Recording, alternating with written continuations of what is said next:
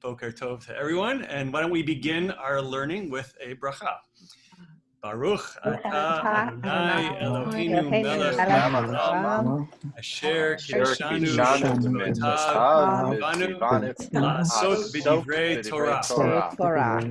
Torah.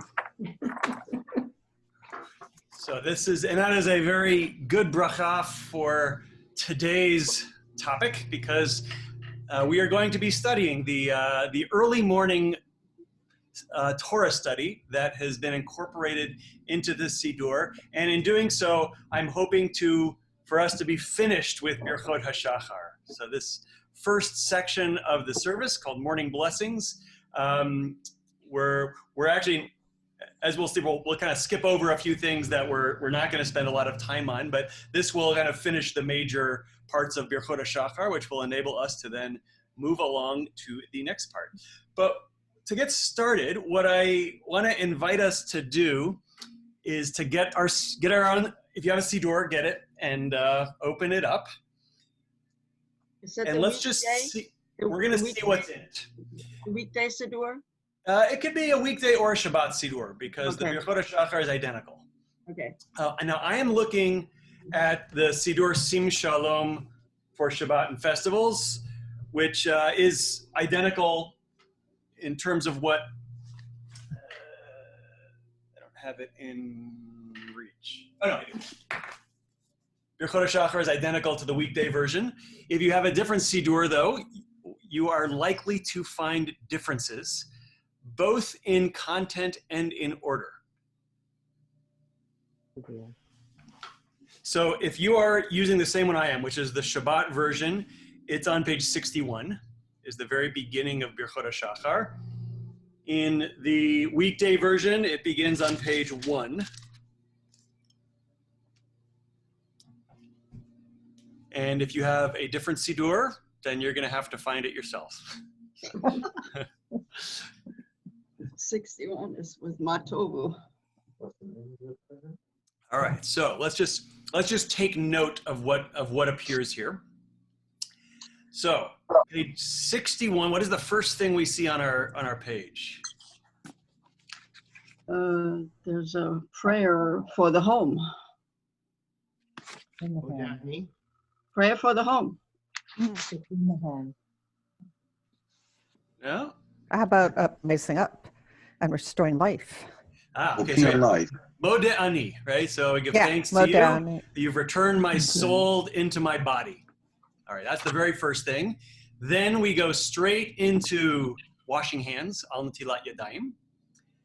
And then, where it says, upon entering the sanctuary, matovu. Matovu. That's the first. So we wake up, we wash our hands, and already we're going to shul.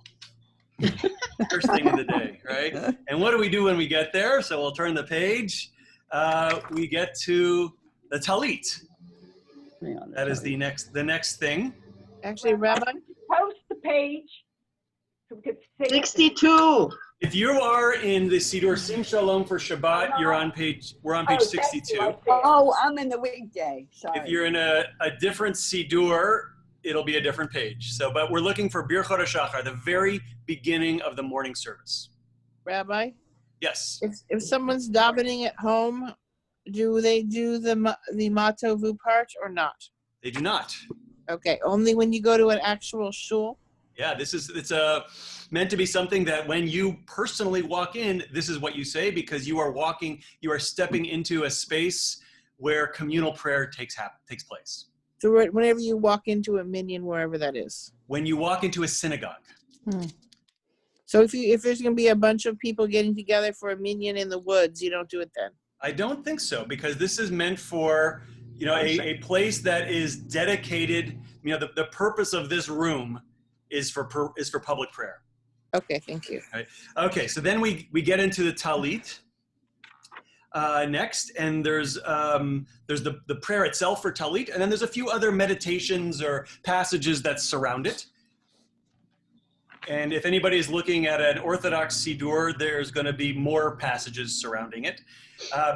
If you're in a weekday, you'll move on next to tefillin. The Shabbat one does not have the tefillin blessings.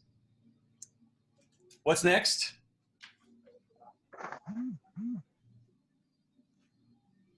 We marvel at the miraculous ways our body functions. Yes. So we call that the. Actually, not quite. Something before that. Mm. What's Adon Olam doing? At the Adon beginning of the Olam. service? Adon Olam is in there, right? And if you have an Orthodox Siddur, you will also find Yigdal. Interesting. Interesting, right? It's just meant to imply that in case we didn't complete the last service, we're doing it now. Well, Adon Olam is, if you look at the last line of Adon Olam, Biyado afkid ruchi, so into God's hand I entrust my spirit, be'et ishan ve'ayira, at the time when I go to sleep and when I awaken. Ve'im ruchi gviati, and with my spirit, my body, Adonai li v'lo ira, God is with me and I will not be afraid. So the idea is that, and this is connected thematically to the Modeh Ani, which was the first thing we said, which is that when we go to sleep at night, our souls leave our bodies. Sleeping is considered to be like 1/60th of death. And the return of the soul to the body is a miracle and is a gift from God, and we're giving thanks. And so that's a theme that appears in Adon Olam. And so as a result, Adon Olam is part of both the night bedtime ritual, and it's part of the morning ritual. I mean, it was written as a poem, not as a, not intended when originally written to be, included in the Siddur, but it was. And then in other traditions, obviously in our traditions, Adon Olam is placed at the end of the service on Shabbat and festivals. Although in any traditional Siddur, it's going to appear here as part of the wake-up routine. So, Rabbi, Yes. Why do we do the prayer for going to shul and then you have the bathroom prayer? Well, how would we answer that question? I don't know. I would go to the bathroom when I first wake up before I go to shul. Yeah. Even if I go to bathroom at the shul later. Probably, yeah. But so based on what we have seen in previous weeks, how might you answer that question? Day is another prayer. You know. Well, you kind of It's a little confusing, right? It's another prayer. Right. So we have, if you remember to Siddur of Amram Gaon. Okay, sorry, my gardener is outside waving to me. In the Siddur of Amram Gaon, if you recall, he changed the order of the prayers and put them into the synagogue, whereas when the Talmud composed these prayers, the intention was that the individual is reciting them on their own at home, connected to the actions that they're performing during their wake up. And so there is no prescribed order that these things are taking place. And if you remember also, Maimonides was not particularly happy about what Rav Amram had said, and said that no, each of these blessings need to be recited in connection to a particular action. We don't just put them in the synagogue and listen to the Chazan say them and say Amen for things that we're not in the process of doing. So you have this dilemma, and what that I think does is we have all these series of prayers, and as we're going to see, they enter into the Siddur at different times. Some of them are meant to be recited together, but some of them are meant to be recited individually, and the individual ones, there's not necessarily a set order. And so it seems to me that the Siddur has kind of just dumped them there in the beginning pages, and kind of left it up to the individual to recite them. We don't begin formal worship as a community until we get to the Birchot HaShachar, right? The rooster bracha. So everything that we're looking at right now is meant for the individual to recite on their own. I still can't find the page. Which Siddur are you using? I'm using Sim Shalom for weekdays. Page, so you should be on page 2 right now, I believe. You are on weekdays. I think it's page 4. Is it already on page 4? Yeah, we'll be on, in a moment, we'll be on page 4. So, all right, so let's move it on. Sherry pointed out a blessing for the gift of the body, and that it works, and that it has all of these pipes and openings and closings, that if a single one of them were to not work, life would not be possible. This is the bathroom prayer. And after going to the bathroom, a person recites this, not in the bathroom, by the way, but upon leaving the bathroom. What's next? The gift of our soul. The gift of the soul, Elohai Neshama. And then we move on to The Torah blessing. a bracha for Torah study. And if you'll notice, there's actually 3 brachot there for Torah study. We'll come back to those. Turn the page. What's next? Passages from Torah. Passages from Torah, and not just Torah, actually, some It's other the blessing. Oral and written. It's the priesthood Yeah, blessing. Kedah. Sorry, the Akedah, you said. Uh-huh. Who said that? Susan, Which Siddur are you using? I can't tell you. Oh, hold it up. You can't. What? Excuse me. Well, you can't tell. I think it could be Orthodox. Can you hold up the cover? There's nothing that you can see. I'm sorry. Okay, all right. So, and it says the Akedah right there.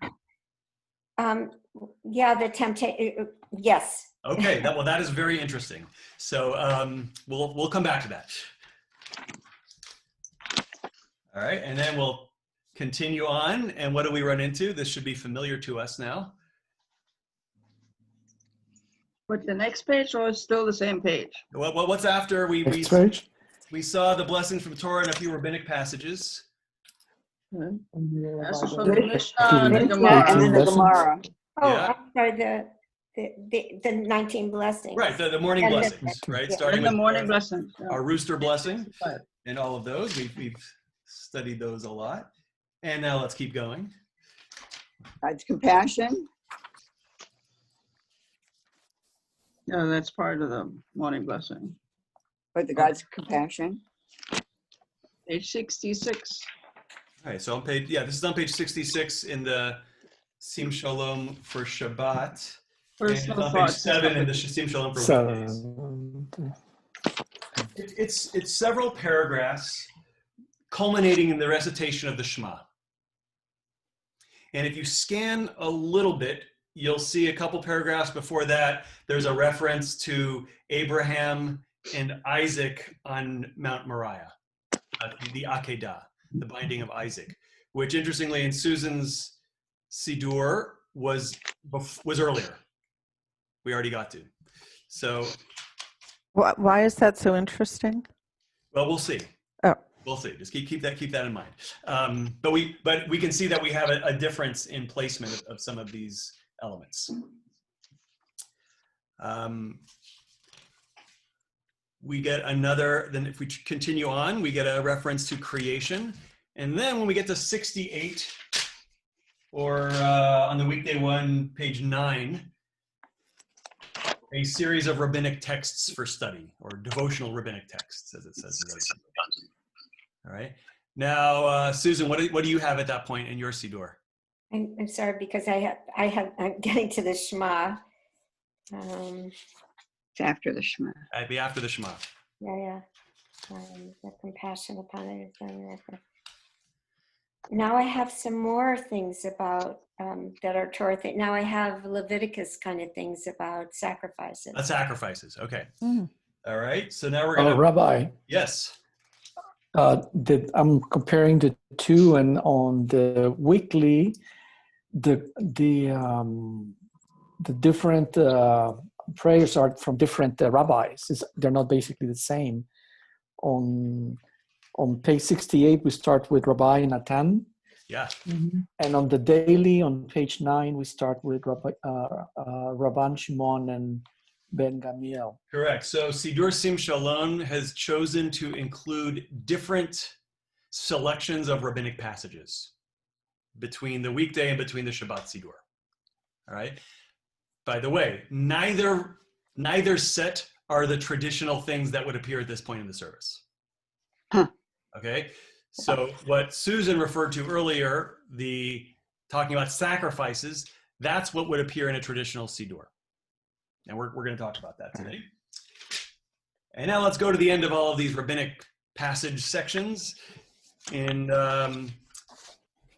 Sim Shalom for Shabbat, it's on page 70. For weekdays, it's on page 12. Sim Shalom is on here. Let's see. Page 12 is Sim Shalom, did you say, Rabbi? Sorry, for the weekday Siddur, it's on page 12. I don't see it. Sim Shalom?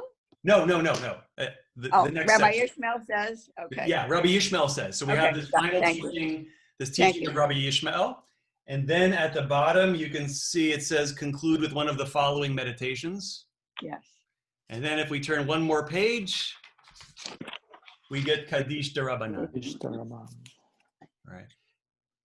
So now I'm going to share my screen now. There was no point at which somebody sat down and put all of this together. Very much a gradual process. And that's what we're going to look at today. So this is the order.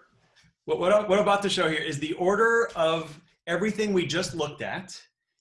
But now they're going to appear in roughly something close to the historical order in which they entered into the Siddur. So, what was first? We studied this, right? Remember, if you recall, we were studying the passages from the Talmud that were describing, it began with the evening rituals and then went into the morning rituals, all of the various things that we say to accompany the getting ready for bed and then waking up in the morning and beginning our day. We have Netilat Yadayim, the washing of the hands, putting on talit and tefillin. We have Asher Yatzar, that's the bathroom blessing. Elohai Nishama, thanks for restoring my soul. And then finally the wake-up blessings, that's the rooster blessing, etc. All of these appeared in the Talmud. Now, the Talmud did not present them in this exact order. The Siddur has rearranged them to some degree. But you can see that if we're going to talk about, let's say, the service that we have today in the way that the rabbis put it together, this would be the earliest layer of that service. What happened to 1 and 3? We're going to get to that. We'll add those. So, Torah blessings. So we also get Torah blessings. Now these, we didn't look at the passage, but these are also rabbinic. The rabbis came up with these Torah blessings that a person should recite. Now, if we're going to recite Torah blessings, what do we need to do? Recite Torah. Study some Torah. So we get some study passages. And so what Susan referred to is these biblical passages from the Torah. That's what those are. So that was kind of the earlier kind of level of Torah study that appeared in the service. And already you see in the Siddur of Rav Amram Gaon, which we looked at the introduction, he includes these. He talks about reciting the Korbanot in the morning. Then we get some medieval additions here. So the Modeh Ani, that very first wake-up blessing, that is entered the Siddur in medieval times at some point. Ma Tovu, the idea of entering into the sanctuary and reciting these really they're biblical verses as a way to acknowledge this as a place of public prayer. And then the Akedah, so the references to the binding of Isaac. So so those also were an insertion during medieval times. And then and I don't know at what point the exact chronology of when things entered in, but the Shema as appearing as part of the liturgy in this wake-up time also entered in. Now, how many times a day are we supposed to say the Shema? 3. 3. 2, right? Yeah. It's not in Mincha. Uvshoch becha uvkumecha, when you lie down and when you rise up. Right? So it's in the evening service, it's in the morning service. This Shema right here is not either of those. This is an extra Shema that gets added in. And then finally, we get the inclusion, maybe in the 14th century, of some additional Torah blessings. Could have been earlier than the 14th century. It gets recorded in the 14th century of some additional Torah blessings, which appear a little bit earlier than the korbanot, the sacrifice Torah blessings. All right. Now this may be a little confusing, but we're gonna go into detail. But what I do want to emphasize is that what we call Birchot HaShachar is something that grew and expanded over time, and because it's this kind of ambiguous part of the service where it's a little bit confusing whether it's for the individual to recite on their own or for the public to recite together. I think that's one of the reasons we get so much difference between Siddurim, including, by the way, between Orthodox Siddurim, right? You're going to find some differences between them.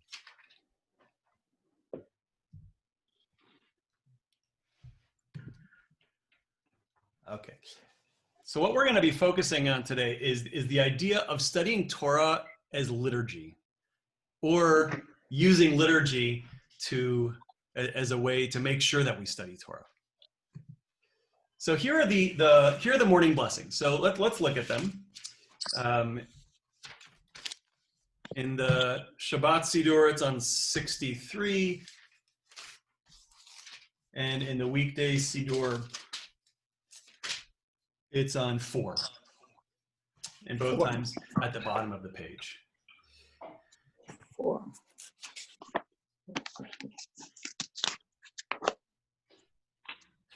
So all 3 of these are from the Torah. From the Talmud. The first one is the bracha that we've been reciting at the beginning of our learning together.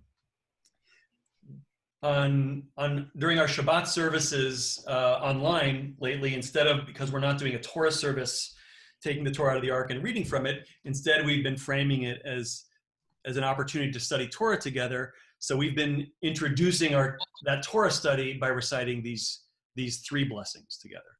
So if you look at the first one, and I love this bracha because it ends with the words la'asok b'divrei Torah. It's not Lilmod Torah. Lilmod Torah would be to learn Torah or to study Torah. It's la'asok. So the word la'asok is about to be engaged in, right? Asaka would be a person's business, right? So to make it your business to study Torah, right? So the idea is that, Torah for us is more than just an action we do. It's kind of an all immersive experience. And then we go on to the next bracha. And by the way, when these are originally appearing in the Talmud, they're separate. They're 3 different ideas that some rabbi had, or maybe 3 different rabbis had, about what is the proper bracha to say before studying Torah. And so what the Siddur did is it put them all together and transformed them into a single bracha. And so one issue of debate has to do with the first letter in this next paragraph. May the words? First letter. Oh, the first word. Yeah. Right. If you look at it, what's the first letter? Vav. V. Right? And that's the word and. Yeah. Right? So I'm pretty sure that the Talmud version doesn't have the Vav there. Right? Because since the Siddur wants to make it into a single bracha, by adding the Vav, what we're doing is we're saying it's attached to the bracha we just said. I have some comments. I talked yesterday with some very Orthodox person who say, we do this bracha only one time in the beginning of the day because we expected to be busy or employed or busy with Torah study or la'asok all day long. You can drop it for eating, for going to office, whatever you want, but one blessing is good for all. On the other hand, when you're blessing the bread, you do it whenever you eat. Every time, yeah. I spoke about that a little bit on the first day of Shavuot during services. I spoke about these brachot a little bit, and it says that even if you take a nap in the middle of the day, you still don't have to say it again. right? So one bracha at the beginning of the day lasts you all day long. The idea, of course, is that you have your intention that this is the bracha that's going to last the entire day. And we're going to see shortly why that is. But so this blessing, I'll just read it. And please, Lord our God, make the words of your Torah pleasant in our mouths and in the mouths of all your people, the house of Israel. And may we and our offspring and the offspring of our offspring and the offspring of your people, the house of Israel, all of us, be knowing of your name and studying your Torah for its sake. Blessed are you, Adonai, who teaches Torah to God's people, Israel. All right. So now originally this is a different bracha. This is a completely separate bracha than the first one, but the Siddur now brings them together. And then the third part, and this should be familiar to us, because this is one of the two blessings that a person who has an aliyah would recite. Right? This is part of the opening blessing. Blessed are you, Adonai, our God, King of the universe, who's chosen us from all the nations and given us God's Torah. Blessed are you, Adonai, who gives the Torah.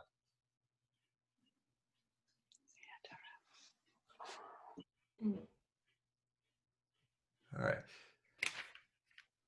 So we've just recited our words, our blessings for Torah. What should come next? The reading. Studying of Torah, right? Yeah. Right. But that's not what came next. Oh. Right. So this was a problem, right? So what do we study? Right? We've just said these brachot. We need to find a way to include some study in here. Susan, right after these brachot, you had in your Siddur passages having to do with the korbanot, right? I didn't have the brachot. Well, anyway, let me find because it's separated. I don't want to take you forever. The korbanot is separated from the Akedah. All right, well, let's take a look here. So we're gonna, like so much of our Siddur, we have origins for what's in our Siddur from the Talmud. Although often it's using something, some teaching, some rabbi in the Talmud, and then changing what the original intention was, and as an application into our Siddur. So here we have this passage, right? So we start with a citation from a Mishnah, and this is from Tractate Ta'anit, which has to do all about public fasts, but it's an important source for prayer in our tradition as well. So the Mishnah says, Yisrael Shaboto Mishmar Mitkansin Barehen V'Korim V'Maseh Bereshit. So the Israelites of that priestly watch, right, that Mishmar, assembled in their towns and read the act of creation.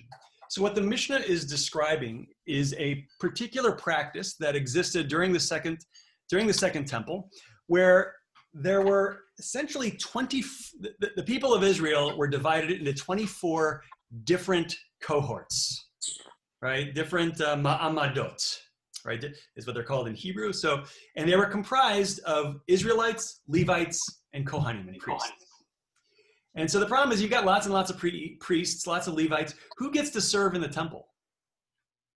Right? You might think that for some people that's a plum job. You want to do that as much as possible. Other people might say this is a pain. I don't want to be bothered. So they had a rotation system, and they had 24 different groups, and they would go for 1 week at a time. And connected to them were Israelites and Levites as well that also had a role to play. So you could imagine that you've got one of these 24 groups that goes off to the temple for their week of service. Staying behind, you've got the people who live with them, their neighbors, who are Israelites and Levites, and they have a job to do also. And so this Mishnah is describing what they would do while the priests were going off and doing their thing in the temple. So what this is saying is that the Israelites, for that particular cohort of 24, they would stay in their own, they would assemble in their own cities, and they would read Maaseh Bereshit, the works of creation. So this is a description of the first chapter of Genesis.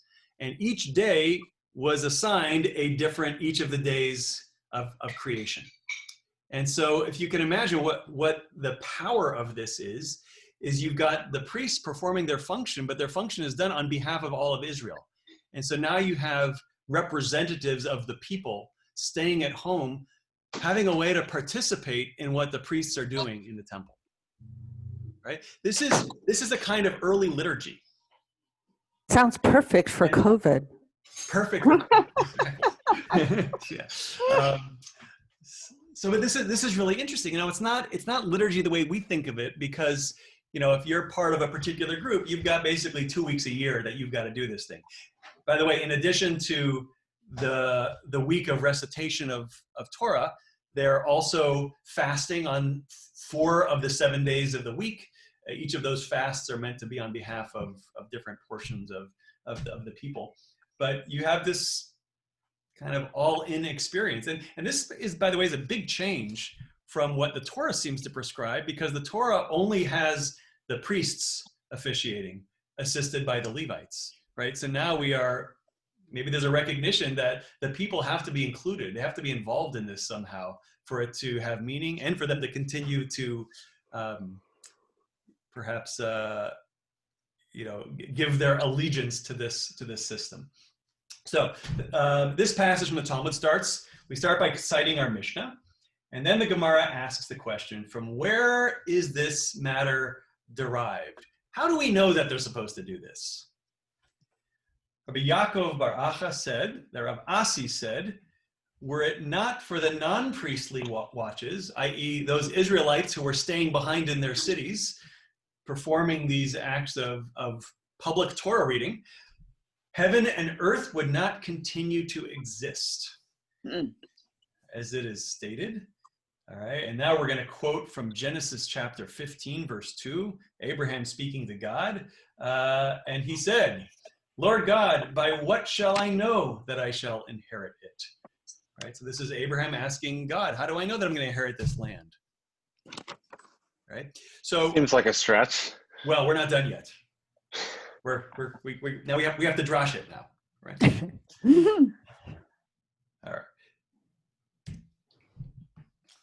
All right. So now we're going to explain it. So the Gemara creates this dialogue between God and Abraham. So Abraham said, Master of the universe, perhaps the Jews will sin before you. Will you treat them like the generation of the flood and the generation of the dispersion? Right. So the generation of the flood, that we know what happened to that story. Right? People were sinning, and God wiped out all of humanity except for Noah and his family. The generation of the dispersion, this is the Tower of Babel, right? So again, the people sin.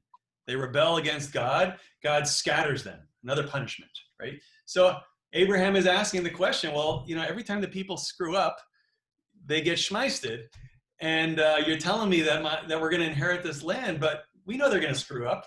I know it. You know it. So you're just going to schmeiss them again? Like, how do I know? So that's the question that this midrash is putting into Abraham's mouth. So what does God say to him? No, Abraham, don't worry, right?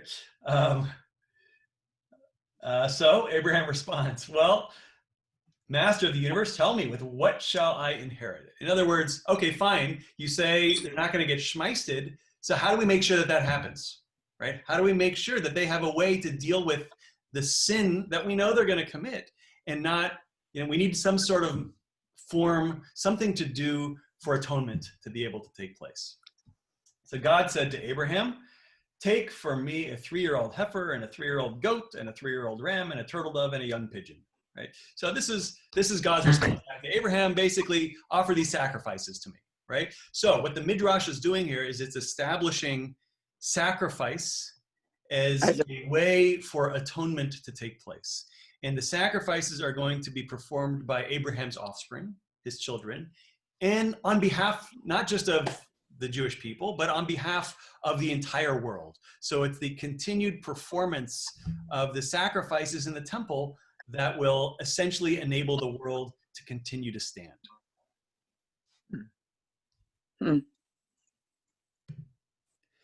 Conversation's not over. Abraham said before God, Master of the universe, this works out well when the temple is standing. But when the temple is not standing, what will become of them?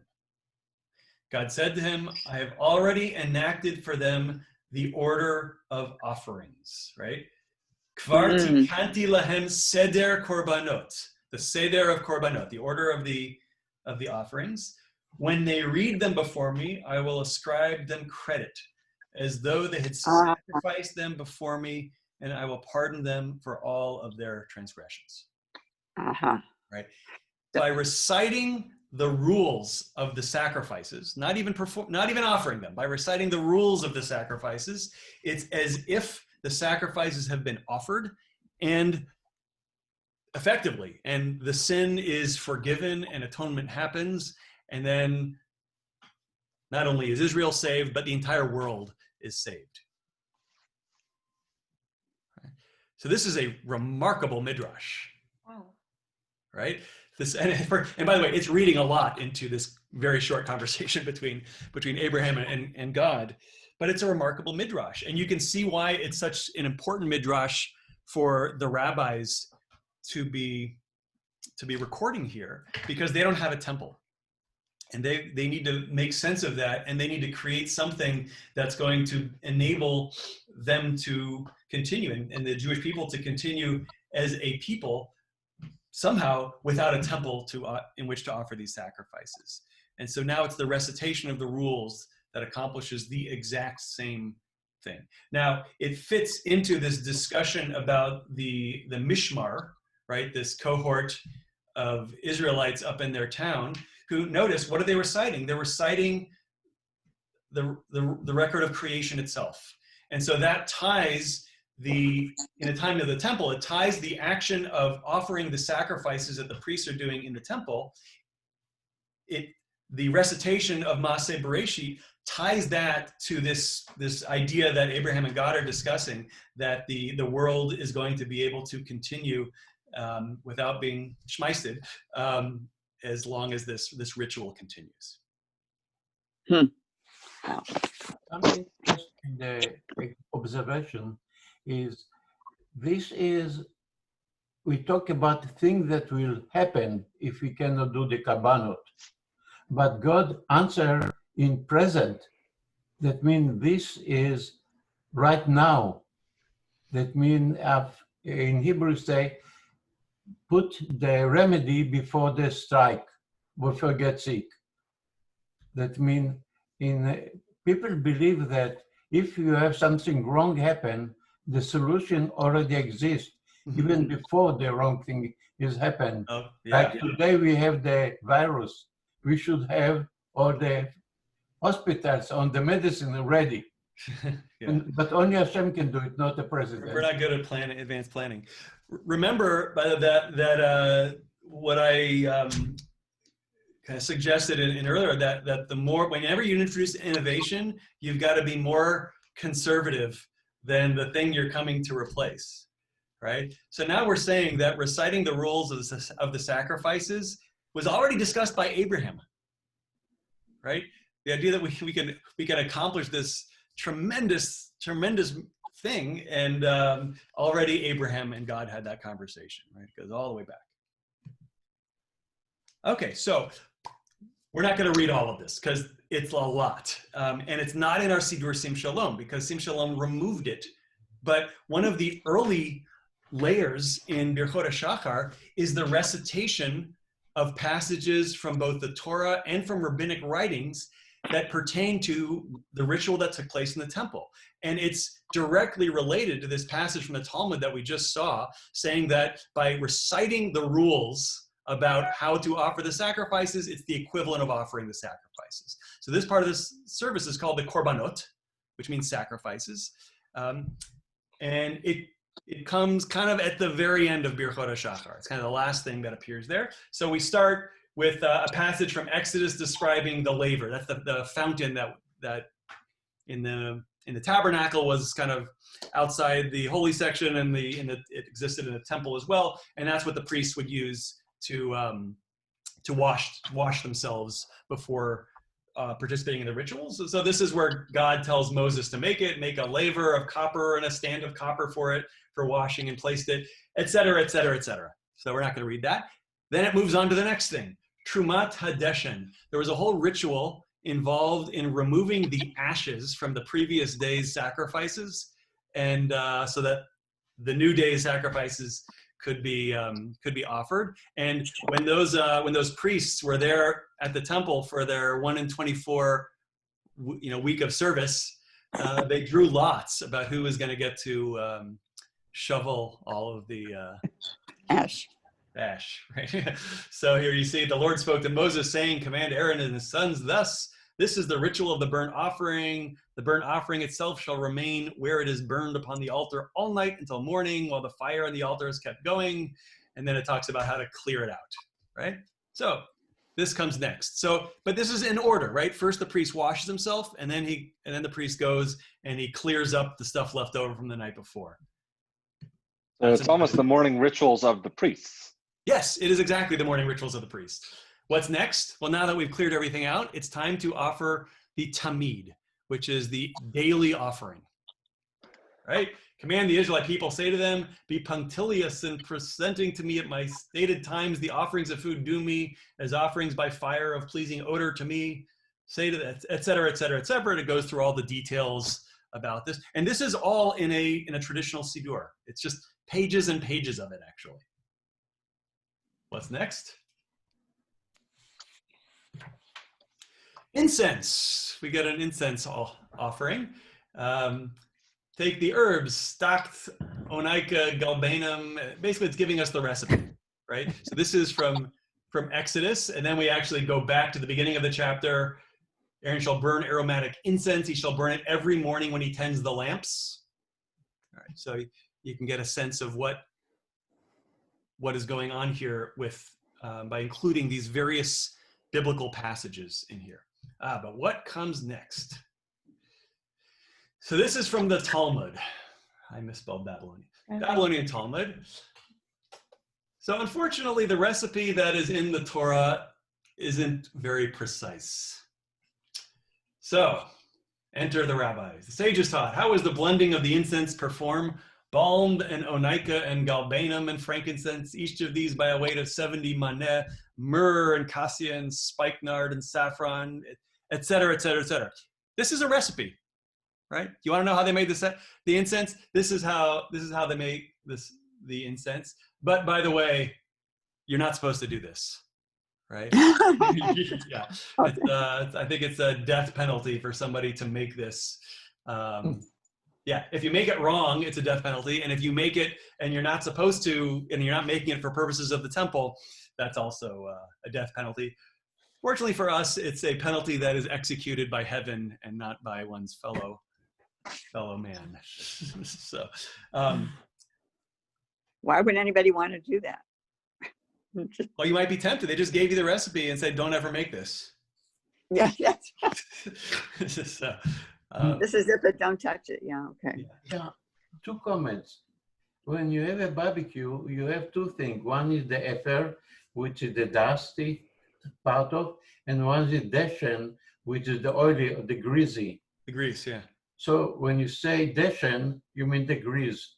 When you put deshen aroshi, with one not fila, that means grease on my hair.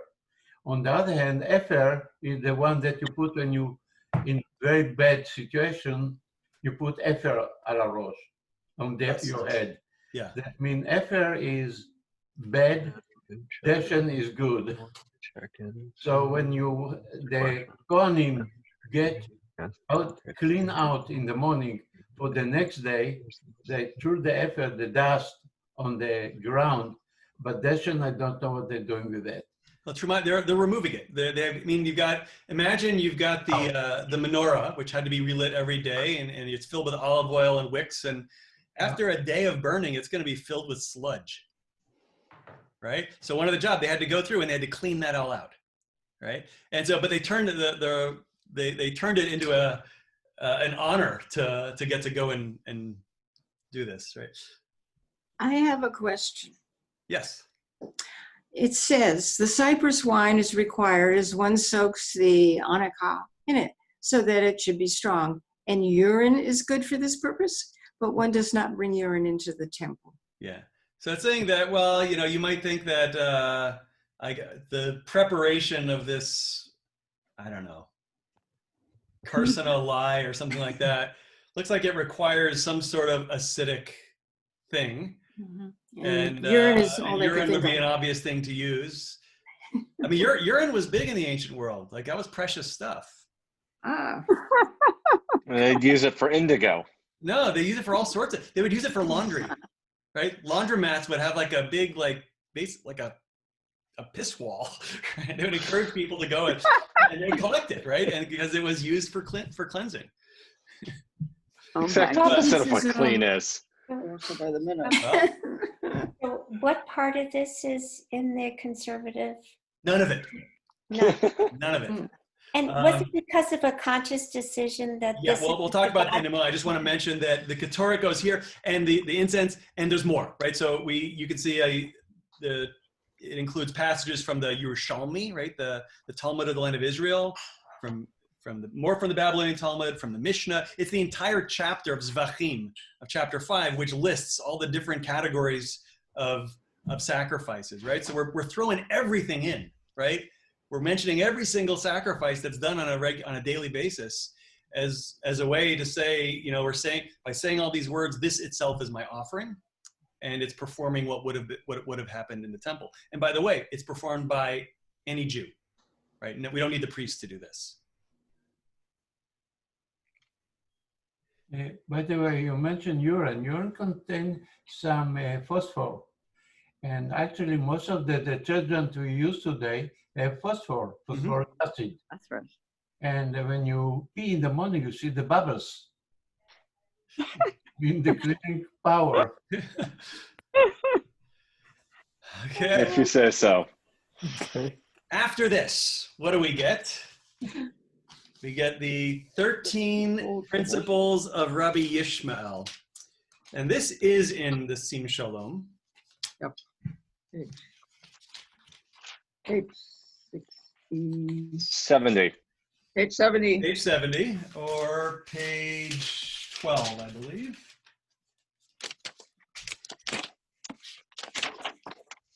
And I didn't bring the whole thing, just a few samples. Rabbi Yishmael says there are 13 rules by which the Torah is interpreted. Rabbi Yishmael was the head of one of the great schools of Midrash in the 2nd century. This appears in the introduction to the Sifra, which is a halachic Midrash collection from the land of Israel early on the book of Leviticus. So in the introduction, it preserves this, really, it's a rule of logic that Rabbi Yishmael and his school used in their exegesis of the Torah. So the first one, a lot of words here, but it's kal vachomer, which means from the lesser to the major, from the light to the heavy, right? So if something is true in this case, then all the more so it's got to be true in this other case, right? In Latin, it's ad menoram, ad majoram. Right? And then it goes on, gzera shava is the next one. From the similarity of words or phrases in separate texts, it's inferred that the law expressed in the one must also be applied to the other, right? So if this verse has A and B, and this verse has B and C, I can draw analogies between A and C, right? And then it goes on, and then the last one is when two biblical texts contradict each other, they can be reconciled only by a third text, and that's his 13 principles, right? So think about the placement of this. If they can't find a third text. Well, then you got a problem. Then we go. So he's giving us the 13 rules of logic, and so at some point, somebody puts this in the Siddur at the end of this section of Korbanot. Right? The Korbanot began with several biblical passages about sacrifices and then moved on to rabbinic passages that are further detailing everything. And then we end it as a way of saying that, my Torah study for the rest of the day is not over. I just did my kind of symbolic study, my liturgical study of Torah, but the rest of my day, I'm also going to be occupied with Torah. And here I'm reminding myself about how to do that, right? This is how I study Torah. These are the rules of logic. Where? And then a final thing. Again, this is part of the traditional liturgy, and it does appear as the second of two options in Siddur Sim Shalom on the bottom of the page.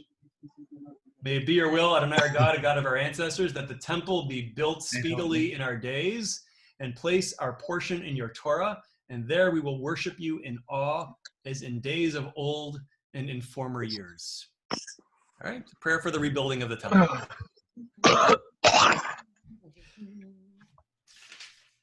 And that concludes this whole section.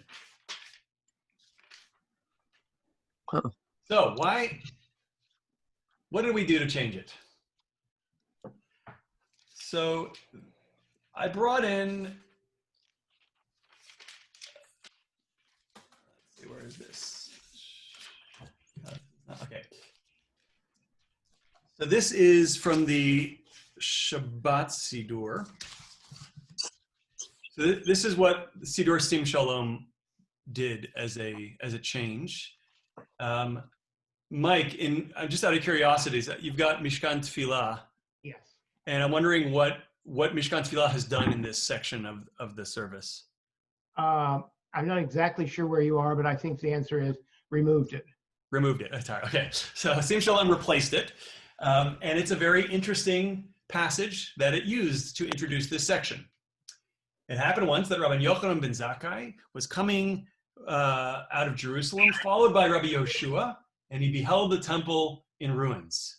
Woe to us, cried Rabbi Yoshua, for this house that lies in ruins, the place where atonement was made for the sins of Israel. Rabbi Yochanan said to him, my son, be not grieved, for we have another means of atonement, which is as effective, and that is the practice of loving kindness, as it is stated, for I desire loving kindness and not sacrifice. Now this translation is a little different than the one that's in the Siddur. It's the same text. So why has Sim Shalom introduced this section with this passage? Well, it certainly comports more with our modern sensibility of what God is. Okay. So it's making that pivot away from the God who wants sacrifices to the God who wants us to do something positive and to do this. All right. So probably since the late 40s, the conservative movement, on the whole, has been pretty down on sacrifices, right? And so has removed certain sections from the Siddur that had to do with sacrifices. Now, we saw already how the Korbanot got included into the Siddur as a symbolic way of accomplishing the sacrifices using words. Now, notice, in the absence of the temple. In the absence is an alternative to that. Right. So now what the Sim Shalom has done is we've brought a competing text. Right? So you can think that text about the conversation between Abraham and God might be behind the inclusion of the Korbanot in the Siddur. But now we've got another text that essentially says the same thing. Right? But now instead of reading the laws of the sacrifices that replace the temple, acts of loving kindness. That replaces, that accomplishes the same thing, right? The world is saved by Gemilut Chasadim. And by doing this, we kind of root the change that we're making in something that goes back, all the way to the days of the rabbis. And so that gives some authority to Siddur Sim Shalom to make this change, to remove the sacrifices, right? And then what follows is a series of different rabbinic teachings from different passages from the Talmud and from the Midrash that are all about loving kindness, about Gemilut Chasadim. And so I brought just an example of one of them here. Talks about doing justice and loving mercy.